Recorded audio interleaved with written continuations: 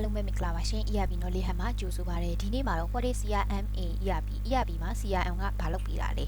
Okay ဟုတ်ပြီအဲ့ဒါဆိုရင် customer relationship management လို့ခေါ်တဲ့ဒီ CRM ကတဲ့ customer တွေနဲ့သက်ဆိုင်တဲ့ data တွေကို manage လုပ်ပေးတဲ့ module တစ်ခုဖြစ်တယ် Okay ဟုတ်ပြီအဲ့ဒါဆိုရင်ဘယ်လိုမျိုးတွေကို manage လုပ်ပေးတာလဲဆက်ပြီးတော့လေ့လာကြည့်ကြရအောင်ပေါ့နော် Okay ဒီမှာဆိုလို့ရှိရင် CRM module ရဲ့အဓိကလုပ်ဆောင်ချက်တွေရှိရပေါ့နော်ဒီမှာပထမဆုံးအနေနဲ့ customer data ပေးဒီ customer နဲ့သက်ဆိုင်တဲ့ data အချက်လက်တွေသူ့ရဲ့ဒီ banking ကိစ္စတွေဝယ်ယူထားတဲ့မှတ်တမ်းဒီအချက်လက်တွေကိုဒါသိသိပြီးတယ်ပေါ့နော်ပြီးရင် lead management ဆိုတာကကြတော့သူကဒီမိမိတို့ရဲ့ business ကိုစိတ်ဝင်စားလို့စုံစမ်းမေးမြန်းမှုတဲ့ဒီ potential customer တွေအဲ့ဒီ customer တွေကိုနောက်တဲ့ချိန်မှာကိုယ့်ရဲ့ customer ဖြစ်လာအောင် manage လုပ်ပြီးတဲ့စီမံခန့်ခွဲပြီးတဲ့ဟာပေါ့နော် Okay နောက်တစ်ခုကကျတော့ C tracking ဒီကိုစီကနေပြီးတော့မှကိုယ့်ရဲ့ business ကနေဝယ်ယူသွားတဲ့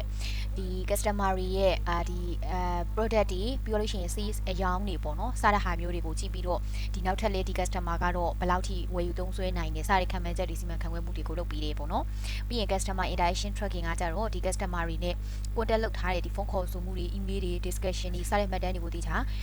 သိသိပြီးတော့ဒီ customer အတွေ့အကြုံတွေကိုပို့ပြီးတော့ညှစ်တင်နေပေါ့နော်နောက်ဆုံးကတော့ဒီ customer တွေနဲ့ပတ်သက်ပြီးတော့ဒီ report တွေ analysis တွေလုပ်ပြီးတယ်ပေါ့နော်ဒါကကြတော့ ERP ထဲမှာ CRM လုပ်ပြီးတဲ့အကြောင်းအရာတွေပေါ့နော်နောက်ထပ်လေဒီ ERP နော်လေးတွေနဲ့ပတ်သက်ပြီးတော့သိချင်နေဆိုရင်တော့ page လေးကို follow လုပ်ပေးထားပါအောင်ရှင်အားလုံးကိုကျေးဇူးတင်ပါတယ်ရှင်